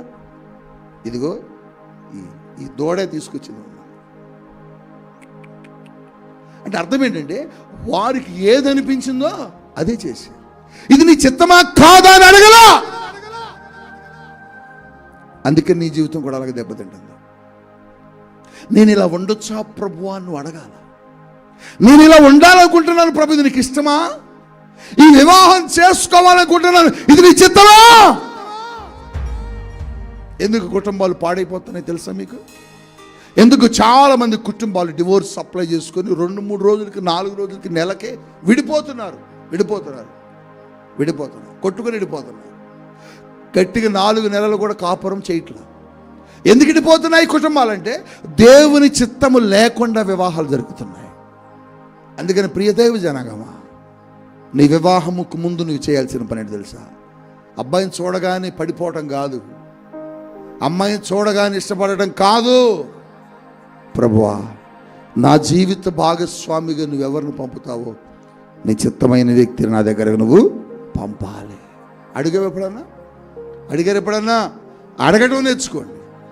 తల్లిదండ్రులైన వారు కూడా, ప్రభువా, నా బిడ్డలకు ఎవరు భాగస్వామిగా రావాలో నువ్వు నాకు చూపించయ్యా, బయలుపరచయ్యా, చెప్పయ్యా. నువ్వు ఏం చేయాలి? ప్రతి దినము దేవుని సన్నిధిలో అడగాల. రెబ్బకాల అడిగి ఉంటుందేమో, ఇస్సాకు కూడా అడిగి ఉంటాడు. లేక వీళ్ళంతా ప్రార్థన కూడా అలా చేసుకున్నారు కాబట్టి దేవుడు ఏం చేశాడంటే రెబ్బకా దగ్గరికి ఎవరిని పంపాడు? ఇస్సాకు నిమిత్తమై పంపాడు. ఇస్సాకు కూడా ప్రార్థన చేసుకున్నాడు, ప్రభువా, నాకు ఎవరు భాగస్వామిని ఇస్తావు తండ్రి, ఎవరిని ఇస్తావు ప్రభు, భార్యగా అడుగుంటాడు. అడిగినప్పుడు దేవుడు ఏం చేశాడు? ఇదిగో వస్తుంది చూడు పొలంలో. చెప్పండి, ఎట్టొచ్చింది? ముసుకేసుకుందమ్మా. అప్పుడే ముసుకేసుకో. దేవుని స్తోత్రం. అందుకని ఆడవాళ్ళు ఎందుకు ముసుకేయాలి? ముసుకేసుకొని దేవుని సన్నిధిలో ఉండాలి. దేవుని స్తోత్రం చెప్పండి. అక్కడ నిలబడగాని చూసావా, రెబ్బకా వచ్చి ఇస్సాకుకి ఎదురుగా నిలబడగా, అంటే దేవుని చిత్తం అది. అందుకని వారి జీవితాల ద్వారా దేవుడు గొప్ప గొప్ప కార్యాలు చేశాడు. మరి నీ జీవితం ద్వారా ఎందుకు చేయట్లేదంటే నీ చిత్తము, నీ వివాహము దేవుని చిత్త ప్రకారం జరగల. అందుకని మీరు రోజు ఏం చేస్తున్నారు? ఓ కొట్టుకోవటమే, ఓ తిట్టుకోవటమే, ఓ అరుచుకోవటమే. ఈరోజు దేవుడు నీతో చెబుతున్నాడు, ఒక వ్యాపారం చేయాలి. నువ్వేం చేయాలి? ఎవరిని అడగాలి? ప్రభువా, ఇది చేయొచ్చా, చేయకూడదా? నువ్వు చెయ్యమంటే చేస్తాను, లేకపోతే చెయ్యను. ప్రభువా, ఈ వ్యాపారం చేసే వాళ్ళు అమ్మ డబ్బులు సంపాదించారు, ప్రభు వాళ్ళకిలాగా నేను కూడా సంపాదించాలా అని ఆ వ్యాపారమే నువ్వు పెట్టావనుకో, అది వాళ్ళ కొరకు దేవుడు ఇచ్చా, నీకు ఇవ్వాలా. నీకేది ఇస్తాడో దానిలో నిన్ను ఆశీర్వదిస్తాడు. హల్లెలూయా చెప్పండి. ఈ మాట ఎందుకు చెబుతున్నానంటే దేవుడు ఏది చెప్తాడో అది నువ్వు చెయ్యాలి. అలా కాకుండా నువ్వు వ్యతిరేకంగా వెళ్ళావనుకో, దేవుడు నీ పనిలో, నీ వ్యాపార పనుల్లో సహాయం చేయడు. దేవుడు చెప్పినప్పుడు పెట్టాలి. ఒక్కోసారి దేవుడు పెట్టిన దానిలో మనకు అప్పటికప్పుడే అద్భుతాలు జరగవు, నష్టాలు వస్తాయి, ఇరుకులు వస్తాయి, ఇబ్బందులు వస్తాయి. నీకేమనిపించింది అంటే, ఇది పెట్టాక నేను చాలా అప్పులైపోయా, లాస్ వచ్చింది, ఇది తీసేద్దామని అనుకుంటాం. అలా ఎప్పుడు అనుకోవద్దు. దేవుడు చెబితే దానిలో దేవుడు గొప్ప కార్యములు చేస్తాడు. హల్లెలూయా. సాతానుడు ఏం చేస్తాడంటే దేవుని ఉద్దేశములో నుంచి నిన్ను బయటకు లాగడం కొరకు నిన్ను నష్టపరచడానికి ప్రయత్నం చేస్తాడు. నష్టపరిచేప్పుడు నీకేం ఆలోచన వచ్చింది? ఇది దేవుడిది కాదేమో, అందుకే నాకు నష్టాలు వచ్చినాయి. అలా ఎప్పుడు అనుకోవద్దు. దేవుడు చెప్పిన దానిలో కూడా కొన్ని నష్టాలు సాతానుడు కలిగిస్తాడు, కానీ చివరకు విజయాన్ని యేసయ్య మనకిస్తాడు. దేవుణ్ణి అడగండి. ఈ వివాహ విషయంలో దేవుణ్ణి అడగండి, నీ గృహ విషయంలో దేవుణ్ణి అడగండి, అలాగనే నీ స్నేహితుల విషయంలో కూడా దేవుణ్ణి అడగండి, నీ సంఘ విషయంలో కూడా దేవుణ్ణి అడగండి. దేవుణ్ణి అడగాలి. ప్రభువా, నీ సంఘానికి వెళ్ళమంటావా? ప్రభువా, నీ స్థలంలో ఈ దైవజనుల దగ్గర ఉండమంటావా? లేకపోతే ప్రభువా, నీ పరిచర్య చేయొచ్చా, చేయకూడదని నువ్వు అడగాల. అడిగి నీ సొంత చిత్తము కాదు, నువ్వు దేవుని మీద ఆధారపడి ప్రతిదీ దేవునికి, నీ ప్రవర్తన ఏందో దేవునికి ఏమివ్వాలి? అధికారం ఆయనకే ఇవ్వాలి. అడుగు తీసి అడుగేయాలంటే ఆయన అడగాలి. చెప్పండి, అడుగు తీసి అడుగేయాలంటే చెప్పట్లేదమ్మా మీరు? అడుగు తీసి అడిగేయాలంటే కష్టంగా ఉందమ్మా. బైబిల్లో ఒక మంచి మాట ఉంది, దేవుని యొక్క కట్టడులట, దేవుని యొక్క ఆజ్ఞలట మనుషులకట కొంత అసహ్యముగా, బాధగా, దుఃఖంగా కనపడతాయట. కానీ దావీదు అంటాడు, నీ కట్టడులు నాకు హేతువాయును, నీ ఆజ్ఞలు నాకు ఇష్టమాయును అంటాడు. హల్లెలూయా, హల్లెలూయా. అందుకని 2024లో నువ్వు దెబ్బతిన్నావు, అందుకని 2024లో నువ్వు ఓడిపోయావు, అందుకని 2024లో నువ్వు నష్టపోయావు. ప్రియ దైవ జనాంగమా, నీ స్వబుద్ధిని కాక, నీ స్వచిత్తమును కాక, నీ ప్రవర్తన అంతటి మీద నువ్వు దేవుని ఆధారపడాలి. ఆధారపడితే ఆ వ్యక్తి చూడండి, డబ్బులున్నాయి, ఆధారపడి. ఇంకొక చోట ఇంకొక ధనవంతుడి గురించి కూడా దేవుడు మాట్లాడాడు. లూకాసు వార్త 16వ అధ్యాయంలో అనుకుంటా, ధనవంతుడు ఒకడు ఉండెను. అదిగో అతడు ఊదారంగు బట్టలను ధరించుకొని ప్రతిదినము బహుగా ఏంటంటమ్మా చెప్పట్లేదు మీరేంటట, సుఖపడుతున్నాడట. అయితే ఆయన దగ్గర ఒక దరిద్రుడు ఉన్నాడట, ఆయన పేరు లాజరు. ఆయన ఏం చేస్తాడంటే ఈ ధనవంతుడు బల్ల మీద నుండి పడి రొట్టె ముక్కలు తిని బ్రతుకుతున్నాడు. ఆయన గురించి దేవుని యొక్క వాక్యం ఏం చెబుతుందంటే, ఆయన చనిపోయాడు, దరిద్రుడైన లాజరు చనిపోయాడు, ఇద్దరూ చనిపోయారు ఒక రోజున. కానీ ధనవంతుడు అగ్నిగుండములోకి వెళ్ళిపోయాడు. లాజరు ఎక్కడున్నాడంటే అబ్రహాము రొమ్మున ఆనుకొని ఉన్నాడట. హల్లెలూయా. అప్పటి వరకు ఈ లాజరు ఎక్కడున్నాడు? ఈ ధనవంతుడి ఇంటి దగ్గరే పడే రొట్టె ముక్కలు దీన్ని ఏరుకుంటున్నాడు. అప్పుడు ఏమనుకున్నాడు ఈ ధనవంతుడు, ఈయనను చూసి, రేయ్ ఏంట్రా ఏమనుకుంటున్నాడంటే అని ఉంటాడు. సర్లేయా అనుకొని కింద పడే మొక్కలన్నీ ఎరుగు తింటున్నాడు. ఎప్పుడు కూడా ఈ ధనవంతుడు అతన్ని ప్రేమించలే, ఎప్పుడు కూడా ఈ ధనవంతుడు అతన్ని ఇష్టపడలే. కానీ ఒకరోజు ఇద్దరు చనిపోయారు. ఒకరోజు ఏమయ్యారు చెప్పండి, గట్టి చెప్పండి, ఏమయ్యారు చెప్పండి, ఇద్దరు ఏమయ్యారు చెప్పండి, అందరూ చచ్చిపోతారు. వీళ్ళు ఈ లెక్క ప్రకారం ధనవంతుడు చచ్చిపోతాడు, ధనము లేనివాడు చనిపోతాడు. ధనవంతుడు 1000 ఏళ్ళు బ్రతికాడు అని ఎక్కడ ఉందా చరిత్ర? లేదు. బీదవాడు పుట్టకన చనిపోయాడు అని ఎక్కడ ఉందా చరిత్ర? లేదు. ధనవంతుడు చచ్చిపోతాడు, బీదవాడు చచ్చిపోతాడు. కానీ ఇక్కడ ఒక వ్యత్యాసాన్ని యేసయ్య చెబుతున్నాడు. ధనవంతుడు చనిపోయి నరకంలోకి వెళ్ళిపోయాడు, అగ్నిగుండంలో కాలిపోతున్నాడు. బీదవాడు చనిపోయాడు, అబ్రహాము రొమ్మున ఆనుకొని ఉన్నాడు. అయితే ఈ ధనవంతుడు కేకలేస్తున్నాడు, అయ్యా అబ్రహామా. ఆశ్చర్యమైన మాట చెప్పనా, అయ్యా అబ్రహామా, ఓ తండ్రివైన అబ్రహామా, నాకు దాహం అవుతుందయ్యా, నీళ్ళు కావాలయ్యా, నీళ్ళు కావాలయ్యా, నీళ్ళు కావాలి. మరి ఏం చేద్దాం అన్నాడు అబ్రహాం. మరి ఏం చేద్దాం, నీళ్ళు కావాలంటే ఏం చేద్దాం అన్నాడు. అంటే అది నీ పక్కన ఉన్నాడు చూడు, నీ పక్కన ఉన్నాడు చూడు, ఆ పక్కన మావాడు ఒకడు ఉన్నాడు అంటే లాజరు. ఆడిని నీళ్ళల్లో చెయ్యట ముంచి, ఏళ్ళు ఇటు ముంచి, ఆ నీళ్ళతో ఒక్క నీటి చుక్క నా మీద వేయించాయా.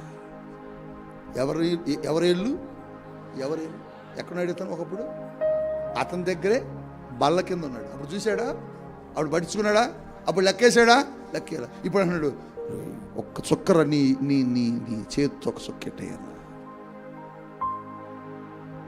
అబ్రహాం అంటున్నాడు, నీ దగ్గరికి అతను రావడానికి, అతని దగ్గరికి నువ్వు రావడానికి ఛాన్స్ లే. ఎందుకు అనే మాట గురించి అక్కడ రాశాడు.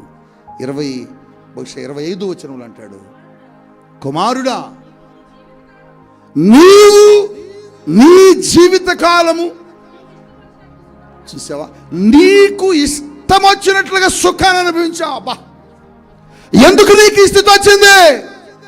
ఎందుకు నీకు పరిస్థితి వచ్చింది? ఎందుకు నువ్వు నరకంలోకి వెళ్ళిపోయావు? ఎందుకు నువ్వు అగ్నిలో కాలుతున్నావు? అంటే నీవు బ్రతికినంత కాలం నీ ఇష్టం వచ్చినట్టుగా బ్రతికావు. ఎప్పుడన్నా నా దగ్గరకు వచ్చావా? ఎప్పుడన్నా నా దగ్గరకు వచ్చావా? నా సన్నిధికి వచ్చావా? నా మందిరానికి వచ్చావా? ఎప్పుడన్నా దేవుని సన్నిధిలో కూర్చున్న అనుభవం నీకుందా? లేదు, లేదు. ఇష్టం వచ్చినట్లుగా బ్రతికాడు. ఎందుకు నీకు కష్టం వచ్చింది? ఇప్పుడు ఎందుకు నువ్వు ఓడిపోయావు? ఎందుకు నీకు కష్టాలు వచ్చినాయి? ఎందుకు నీ జీవితంలో 2024లో నువ్వు ఆశీర్వాదకరంగా నువ్వు బ్రతకలేకపోయావు? అంటే నా జీవితంలో నీ ఇష్టం వచ్చిన బ్రతికి, దేవుడు అంటే భయం లేకుండా బ్రతికావు. దేవుని దగ్గరకు వచ్చి అడగకుండా జీవించావు. ఇది చేయొచ్చా చేయకూడదని దేవుడు నువ్వు అడగలేదు. ఇలా ఉండొచ్చా అలా ఉండకూడదని దేవుడిని అడగలేదు. నువ్వు అడగకుండా ఇష్టం వచ్చినట్లుగా బ్రతికావు. కనుకనే నీకు ఈరోజు నీ కష్టం వచ్చింది. 2024 నువ్వు అనుభవించిన కష్టాలకు కారణం, 2024లో నువ్వు పొందిన నష్టాలకు కారణం, 2024లో నీ జీవితంలో దేవుని ఆశీర్వాదం రాకపోవడానికి కారణం ఏంటంటే నీకు ఇష్టం వచ్చినట్లుగా నువ్వు నడిచావు, జీవించావు. అందుకే నీ జీవితంలో దేవుని కార్యాలు లేవు. అందుకని దేవుడు నీ జీవితంలో అద్భుతాలు చేయడం లేదు. అందుకని నీ జీవితంలో దేవుడు కార్యం చేయడం లేదు, జోక్యం చేసుకోవట్లేదు. అబ్బా, పరిశుద్ధాత్మ దేవుడు మాట్లాడుతున్నాడు. నీ జీవితంలో దేవుడు జోక్యం చేసుకోవాలంటే నీ ఇష్టం వచ్చినట్లుగా, దేవునికి ఇష్టం వచ్చినట్లుగా నువ్వు నడవాలి. మరలా చెబుతున్నాడు, నీ జీవితంలో నీ స్నేహితుడు కావచ్చు, నీ దైవజనుడు కావచ్చు, నీ దైవ సేవకులు కావచ్చు, నీ జీవితంలో జోక్యం చేసుకోవాలి అంటే నీ ఇష్టం వచ్చినట్లు కాదు, దైవజనులు చెప్పినట్లుగా నువ్వు నడవాలి. మీ బిడ్డ ఇష్టం వచ్చినట్టు నడిస్తే నీ బిడ్డకు నువ్వు ఇస్తావు ఏదన్నా? మమ్మీ ఇట్లయింది మమ్మీ, నాకు నువ్వు సాయం చేయ మమ్మీ అన్నాడు. నేను ఇవ్వనురా. నిన్నెవరు చేయమన్నారట? నిన్నెవరు ఉండమన్నారట? నేను ఇవ్వనంటే ఇవ్వను పో అంటావా? చేసేవా నాన్న, ఎంత కట్టాలి ఇప్పుడు చెప్పు అని ఎవరు అనరు, అని ఎవరు అనలేరు. నీ జీవితంలో దేవుడు జోక్యం చేసుకోవాలన్నా, సేవకుడు జోక్యం చేసుకోవాలన్నా నీ ఇష్టం వచ్చేట్లే కాదు, నువ్వు దేవుని చిత్త ప్రకారమును నడవాలా. మీరు ఏం చేస్తారంటే మీ ఇష్టం వచ్చేట్లు మీరు నడుస్తారు. నష్టం వచ్చాక దేవుడు ఏంటి చేశాడు, పాస్టర్ గారిని ఏంటి చేశాడు, పాస్టర్ గారిని మమ్మల్ని వదిలేశాడు, పాస్టర్ గారిని మమ్మల్ని పట్టించుకోలే, పాస్టర్ గారి కోసం మేము ఎంతో చేశాం. నువ్వు పాస్టర్ గారి కోసం ఇప్పుడు చేయలే. మీకు ఇష్టం వచ్చినట్లుగా మీరు చేసినప్పుడు వచ్చే నష్టాన్ని దేవుడి మీద వేయకూడదు. దేవుడు నన్ను వదిలిపెట్టాడనొద్దు, దేవుడు నన్ను పట్టించాడనొద్దు, దేవుడు నన్ను పట్టించుకోలేదనొద్దు, దేవుడు నన్ను విడిచిపెట్టాడనొద్దు. నువ్వే దేవుడిని విడిచిపెట్టావు. దేవుడు చెప్పినప్పుడు నువ్వు వెళ్ళే, అందుకే నీకు ఈ నష్టం, అందుకే నీకు అనారోగ్యం, అందుకే నీకు కష్టం, అందుకే నీకు బాధ, అందుకే నీ జీవితంలో అంత నష్టం నష్టం నష్టం నష్టం. పరిశుద్ధాత్మ దేవుడు మాట్లాడుతున్నాడు మీతో పరిశుద్ధాత్మ దేవుడు మాట్లాడుతున్నాడు. నువ్వు ఈ మార్గంలో వెళ్తున్నావు, ఈ మార్గం వెళ్ళొద్దు, ఈ మార్గంలో వెళ్ళాలి దేవుడు చెప్పాడు. విన్నావా? విన్నావా? నువ్వు వినకుండా నీ ఇష్టం వచ్చినట్లుగా నీ చిత్తానుసారముగా నీ స్వచిత్తాన్ని జరిగించుకున్నావు. కష్టం వచ్చేటప్పటికి దేవుడు వదిలేసాడంటావా? కష్టం వచ్చేటప్పటికి సేవకుడు వదిలేసాడంటావా? కష్టం వచ్చేటప్పటికి నన్ను మోసం చేశారంటావా? నో. ఎప్పుడు దేవుడు వదిలిపెట్టడు. దేవుడు విడిచిపెట్టడానికి మనుషుడు కాదు, దేవుడు వదిలిపెట్టడానికి నరమానవుడు కాదు. ఆయన ఏనాడు వదిలిపెట్టి దేవుడు కాదు. నిన్నెందుకు వదిలిపెట్టాడు దేవుడు అంటే, నిన్నెందుకు విడిచిపెట్టాడు దేవుడు అంటే, నువ్వు దేవుని చిత్తంలో లేవు, నీ ఇష్టం వచ్చినట్లుగా నడిచావు. ఇక్కడ ఎందుకు అతను వదిలేశాడు దేవుడు? నీ దగ్గరకు ఆయన రాలేడు, ఆయన నీ దగ్గరకు రాలేడు. ఇది కుదరదని దేవుడు ఎందుకు చెప్పాడంటే నీ ఇష్టం వచ్చినట్లుగా నువ్వు బ్రతికిన కాలం బ్రతికి. ప్రియ దైవ జనాంగమా, నీ ఇష్టం వచ్చినట్లుగా చేసుకుని నష్టపోయి కష్టపడి అనారోగ్యం పాలయ్యి దేవుడిని అంటే దేవుడు ఏం చేస్తాడు? దేవుడు ఎప్పుడు ఏం చేయలేడు.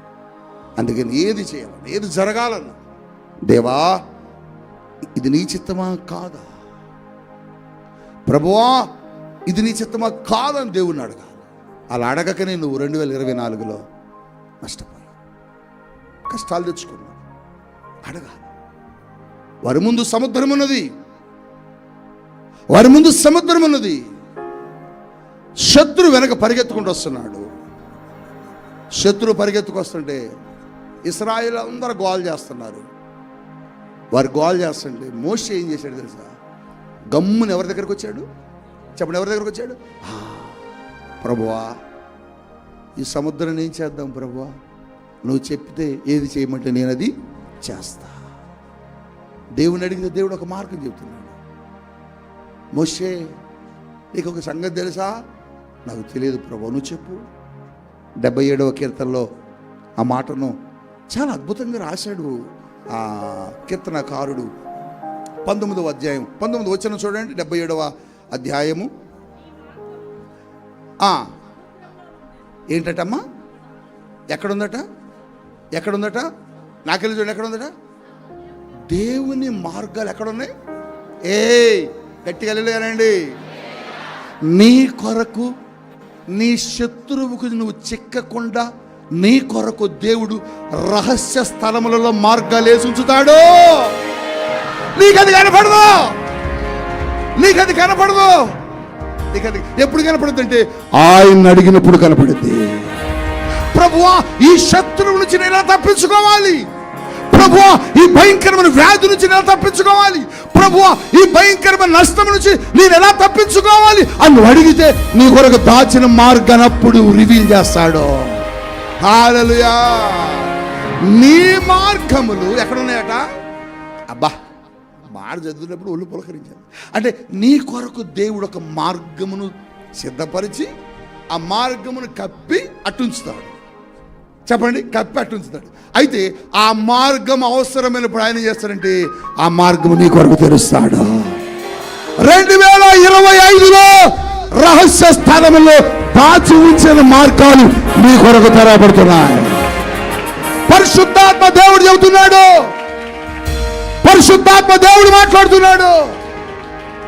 నీ కొరకు దేవుడు దాచిన మార్గములు రావాల్సి, నీ కొరకు దేవుడు దాచిన మార్గాలు అవి ఎప్పుడు నీకు రివీల్ చేయబడతాయి, ఎప్పుడు ప్రత్యక్షతలోకి వస్తాయి, ఎప్పుడు నీకు కనబడతాయంటే నువ్వు అడిగినప్పుడు.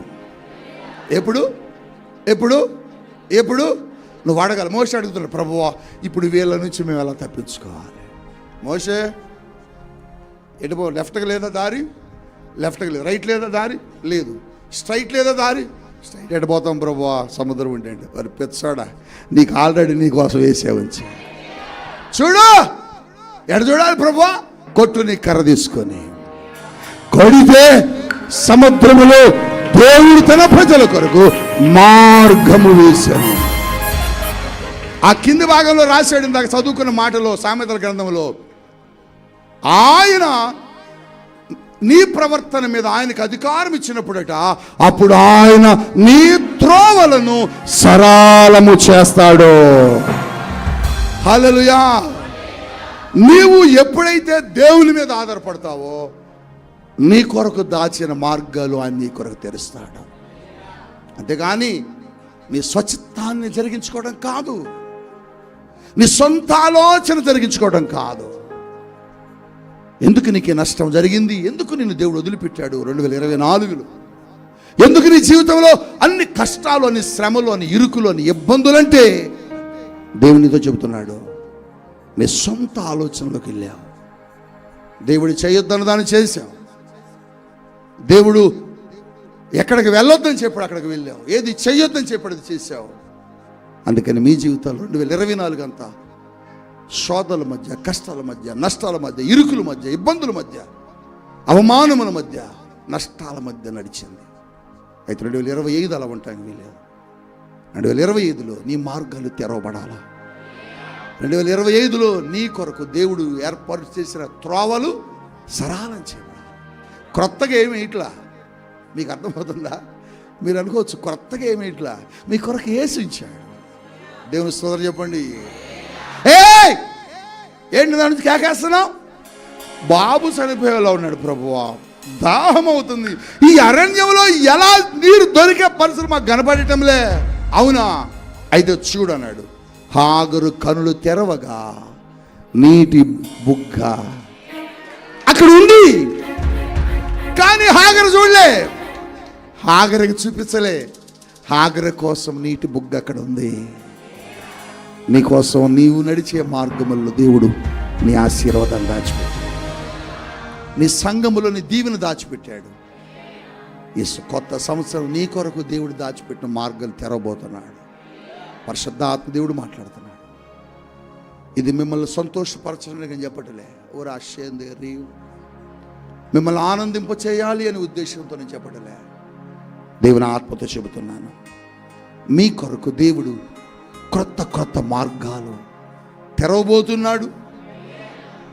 ఇప్పటి వరకు నువ్వు చూడని మార్గములు దేవుడు నీ కొరకు సరళం చేయబోతున్నాడు. ఇది ప్రవచనాత్మకమైన మాట. ఓ సంగమా, రిసీవింగ్, ఆత్మలో దీన్ని మీరు రిసీవ్ చేసుకోండి. నీ కొరకు మార్గము దాచాడు. సంగమా, నీ కొరకు ఒక నూతన మార్గాన్ని దాచాడు. అది అవసరమైనప్పుడు తెరవాలనుకున్నాడు. అవసరం వచ్చింది, అదే 2025. 2025 నీ కొరకు నూతనమైన మార్గం తెలుస్తుంది. అందుకని నువ్వేం చేయాలి తెలిసి ఈ సంవత్సరం 2024లో ప్రభువా, నేను నీ చిత్త ప్రకారం నడవలేదయ్యా, నన్ను క్షమించు. నువ్వు చెప్పినట్లుగా నేను ఉండలేకపోయాను ప్రభు, నన్ను మన్నించు. నువ్వు ఎవరితో స్నేహం చేయమన్నావో వారితో చేయకుండా ఇష్టానుసారంగా చేశాను ప్రభు, నన్ను క్షమించు. అందుకే నా ఆత్మీయ జీవితం ఈరోజు నవ్వులు పాలైపోయింది. అందుకే నా ఆత్మీయ జీవితం భయంకరమైన అవమానకరమైన పరిస్థితుల్లో ఉంది. అందుకే నా పక్కన వారి నన్ను నమ్మలేని స్థితిలో నేనున్నానయ్యా. కనుక ప్రభువా, నువ్వెవరితో సహవాసం చేయమంటావు వారితోనే చేస్తాను. నువ్వెక్కడికి వెళ్ళమంటావు అక్కడికి వెళ్తాను. నువ్వే సంఘములో ఉండమంటావు ఆ సంఘములో ఉంటాను. నువ్వే దైవజనుడి దగ్గర ఉండమంటావు ఆ దైవజనుడి దగ్గర ఉంటాను. నువ్వెవరితో మాట్లాడమంటే వారితో మాట్లాడతాను. నువ్వే పని చేయమంటే వారితో చేస్తాను. నువ్వెక్కడికి వెళ్ళమంటావు అక్కడికి వెళ్తానయ్యా. ఇక నా చిత్తము కాదు 2025, నీ చిత్తములో నేను నడుస్తాను. నా ప్రవర్తన మీద నీకు అధికారం ఇస్తాను నాయనా. గుర్రము మీద రాజు ఎక్కి నాయన రాజు ఎలా స్వారీ చేస్తాడో నా జీవితం మీద మీరు కూర్చొని, నా బ్రతుకులో మీరు కూర్చొని, నా హృదయంలో మీరు కూర్చొని, ఆ కళ్ళెముని మీ చేత పట్టుకొని ప్రభువా మీరు నన్ను నడిపించండి అయ్యా. నేను తప్పు మార్గంలోకి వెళ్తే నన్ను వెనక్కి లాగండి. పాపపు మార్గంలోకి వెళ్తే నన్ను మందలిస్తూ సరిచేయండి.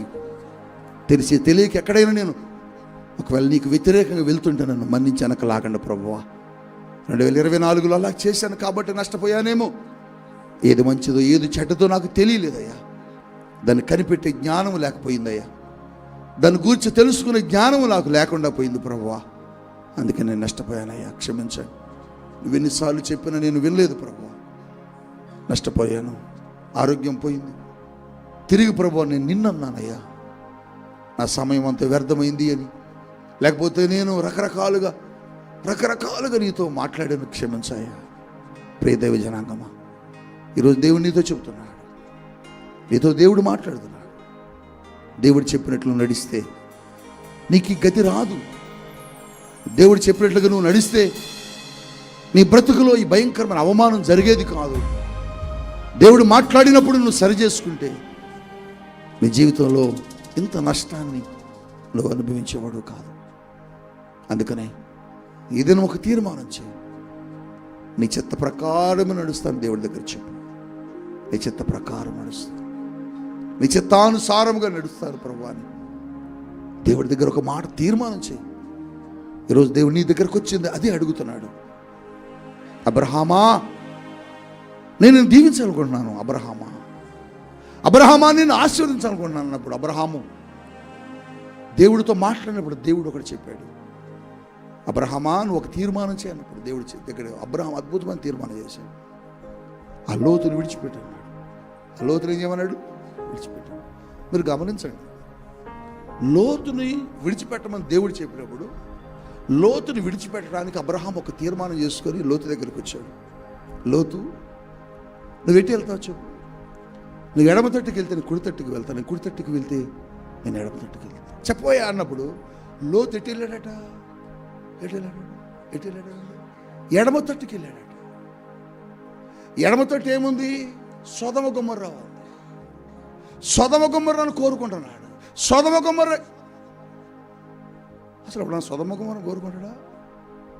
ఒక ఆత్మీయ స్థితి నుంచి నువ్వు పైకి ఎక్కాలి కానీ కిందికి దిగకూడదు. ఈ మాట మరలా మీకు పరిశుద్ధాత్ముడు జ్ఞాపకం చేస్తున్నాడు. లోతు సొదమను కోరుకున్నట్లుగా కొంతమంది మంచి స్థలమును విడిచి సొదమ లాంటి స్థలాలకు వెళ్ళి కూర్చుంటారు. సొదమ లాంటి స్థలాల్లో దేవుని సన్నిధిని వెతుకుతారు, కానీ అక్కడ దేవుని సన్నిధి ఉండదు, దేవుని భయం ఉండదు, దేవుని క్రమం ఉండదు. వాళ్ళు ఎవరంటే లోతు లాంటి వ్యక్తులే. ఎందుకని? వాళ్ళు లోతు చూసినప్పుడు సొదమ ఎందుకు కోరుకున్నాడంటే సొదమ లాంటి మనస్తత్వము ఇతనిలో ఉంది. అందుకని సొదమని ఇష్టపడ్డాడు. సొదమ గొమొర్ర పాపముతో ఉన్నది కదా, సొదమ గొమొర్ర లోకముతో ఉన్నది కదా, దాన్ని ఎందుకు కోరుకున్నాడంటే ఆయనలో కూడా అదే లోకముంది. ఆత్మానుసారమైన వారు ఆత్మానుసారమైన వాటి మీద మనసు పెడతారు. శరీర సంబంధమైన వాటి మీద మనసు పెడతారు. నువ్వున్న స్థలము శరీర సంబంధమైనది కోరుకున్నావంటే నువ్వు ఎలాంటి వాడివి, ఎలాంటి దానివి అంటే నువ్వు శరీర సంబంధివే. అందుకనే దాన్ని కోరుకోవడానికి వెళ్ళావు. అందరూ అక్కడి నుంచి బయటకు వస్తారు, కానీ కొంతమంది దాన్ని కోరుకుంటారు. దాని అర్థం ఏంటంటే వారు కూడా అటువంటి సంబంధమైన మనస్తత్వము కలిగి బ్రతుకుతున్నారు అని అర్థం. సొదమను కోరుకుంటావా? సొదమ కాకుండా ఇంకా లేవా? బోళ్ళు ఉన్నాయి. అది కోరుకోకుండా నువ్వు సొదమను ఎందుకు కోరుకున్నావంటే నీ మనస్సు, నీ హృదయం, నీ బ్రతుకు సొదముతో ఉన్నది. అందుకని దాన్ని కోరుకున్నా. కానీ అబ్రహాము చూడు, అబ్రహాము దాన్ని కోరుకోలే. అబ్రహాము సొదమలోకి వెళ్ళా. అబ్రహాము చూపు సొదమ వైపు ఆలోచన చేయలే. అందుకని అబ్రహాము దీవించబడ్డాడు. ప్రియ దైవ జనాంగమా, ఒకవేళ దేవుడు నిన్ను కోరుకోని కనుక అడిగితే నువ్వు దేన్ని కోరుకుంటావు? దేవుని లేని స్థలాన్ని కోరుకుంటావా? పరిశుద్ధమైన స్థలాన్ని కోరుకుంటావా? పరిశుద్ధమైన స్థలాన్ని, దేవుడు ఉన్న స్థలాన్ని కోరుకుంటాం. కానీ కొంతమంది ఏం చేస్తారు తెలుసా? పరిశుద్ధమైన స్థలములో నుంచి సొదమ గొమొర్రాల్లోకి వెళ్తారు. అక్కడ దేవుడిని ఆరాధించాలని ప్రయత్నం చేస్తారు, అక్కడ దేవుడిని వెతుకుతారు, అక్కడ దేవుడు వారికి కనబడడు. ఎందుకు వెళ్ళారు తెలుసా నీకు అక్కడికి? అక్కడికి నీకు? వారు కూడా సొదమ వంటి హృదయము కలిగి ఉన్నారు. పరిశుద్ధాత్మ దేవుడు క్లియర్గా మాట్లాడుతున్నాడు. నీ హృదయములో ఏదుందో నువ్వు దాన్నే వెతుకుతావు. నీ హృదయములో ఏముందో నువ్వు దాన్నే మాట్లాడతావు. నీ ఆత్మీయ స్థితి, నీ ఆధ్యాత్మికమైనటువంటి ఆలోచన అక్కడే బయటపడిపోద్ది. ప్రియదైవ జనాంగమా, సొదమను కోరుకున్నాడు, నాశనమయ్యాడు. అంటే తన సొంత చిత్తాన్ని కోరుకున్నాడు, తన సొంత ఆలోచన చేశాడు, తన సొంత ఉద్దేశాన్ని నెరవేర్చుకోవాలని ప్రయత్నం చేశాడు. అందుకని నాశనం అయిపోయాడు. సొంత ఆలోచన వద్దు. ప్రభువా, నేను ఏ సంఘానికి వెళ్ళాలి అని అడగాల. ప్రియ దైవ జనాంగమా, నేను మరలా చెబుతున్నాను ఈ మాట. పరిశుద్ధ స్థలమును వదిలి లోకంలోకి వెళ్ళకూడదు. ఒక అతను యెరూషలేము నుండి చెప్పండి, యెరూషలేము నుండి బా, ఎంత భయంకరమైన మాట. యెరికో నుండి యెరూషలేముకి ఎక్కాల, కానీ యెరూషలేము నుండి యెరికోకి దిగకూడదు. అదేంటంటే పాపం, శాపం. అక్కడ నీకు కట్టడి చెప్పేవాడు ఉండడు, అక్కడ నీకు బుద్ధి చెప్పేవాడు ఉండడు, అక్కడ నీకు మంచి మాటను చెప్పేవాడు ఉండడు. అక్కడేంటి తెలుసా? నిన్ను పట్టించుకోరు, నువ్వు వచ్చినా వినరు, నువ్వు వచ్చింది తెలియదు, నువ్వు పోయింది తెలియదు, నువ్వు ఎలా ఉన్నావో కూడా తెలియదు. నీ దగ్గరకు వచ్చి నువ్వు ఇలా చేస్తున్నావేంటమ్మా తప్పు అని ఎవరు చెప్పరు అక్కడ. అలాంటి స్థలాలకు కాదు మనం వెళ్ళాల్సింది. ఏయ్, ఏంటి ఇలా చేస్తున్నావు నువ్వు, తాడదీస్తా అనే చోట మనం ఉండాలి. హల్లెలూయా చెప్పండి. నువ్వు తప్పు చేస్తున్న మందలించే దైవజనుడి దగ్గర నువ్వు ఉండాలి. కానీ ఇక ఆయన వచ్చి చెప్పుకొని పోయే కాడికి నువ్వు పోయావంటే నీ ఆత్మీయ స్థితి ఎలా ఉందో ఒకసారి ఆలోచించు. నీలోనికి సొదమ వచ్చిందేమో, అందుకొరకే నువ్వు పరిగెత్తుకుంటూ వెళ్ళిపోయావు. సొదమ హృదయం ఈ వ్యక్తిలో ఉంది కాబట్టి పరిగెత్తుకుంటూ వెళ్ళిపోయాడు. అందుకని నాశనం అయిపోయాడు, అందుకని పాడైపోయాడు, అందుకని పతనం అయిపోయాడు లోతు. ఉదయం దేవుడు నీతో మాట్లాడుతున్నాడు. లోతు పాడవడానికి కారణం, లోతు నాశనం అవడానికి కారణం తన స్వచిత్తం, సొంత ఆలోచన, సొంత ఉద్దేశాన్ని నెరవేర్చుకున్నాడు. ఈరోజు నువ్వు కూడా అలా ఉన్నావు, అందుకని దెబ్బతిన్నావు. కానీ 2024 నువ్వు అలా ఉండదు, 2025 నువ్వు అలా ఉండదు. 2025 నువ్వు ఎలా ఉండాలి? ప్రభువా, నేను ఇది చెయ్యాలా వద్దా చెప్పండి. దేవుణ్ణి మాటి మాటికి అడగాలి. మీ మీ మీ మీ మీ భక్తి స్టైల్ అంతా మారిపోవాలి. అందుకని ప్రియ దైవ జనాంగమా, 2025లో నీ ప్రార్థన మారాలి, 2025లో నీ నడక మారాలి, 2025లో నీ పరిస్థితే మారిపోవాలి. దేవుడు అంటున్నాడు, మార్చి నేను మిమ్మల్ని ఆశీర్వదిస్తాను, మీ మార్గములను ఏం చేస్తాడ. మోషే అడిగినప్పుడు మోషే కొరకు దారి తెరిచాడు. అప్పటి వరకు మోషే చూడలే, కానీ ఆ రోజు తెరిచాడు. కానీ ఆ రోజు వేసిన దారి కాదది. ఎప్పుడో ఎప్పుడో ఎప్పుడో వేశాడు.